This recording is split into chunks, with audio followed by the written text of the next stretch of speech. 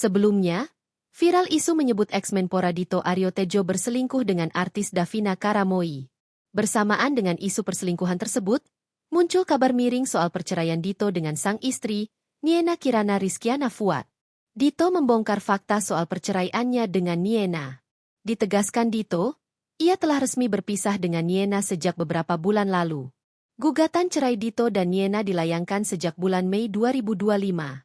Keretakan rumah tangga Dito dengan Niena selama ini memang tak pernah terendus publik. Ternyata Dito dan Niena telah berpisah. Adapun terkait dengan sosok Davina Karamoy, Deka, Dito membantah sang artis adalah pemicu perceraiannya. Sebab diungkap Dito, ia baru kenal dengan Davina di akhir Juli 2025. Saya baru pertama kali mengenal Deka pada akhir Juli, ujarnya. Lantaran hal tersebut, Dito menegaskan bahwa ia berpisah dengan Niena bukan karena Davina. Hari ini saya cuma bisa pastikan bukan Deka penyebab saya berpisah. Semua proses perceraian sudah berjalan jauh sebelum saya mengenal Deka, kata Dito.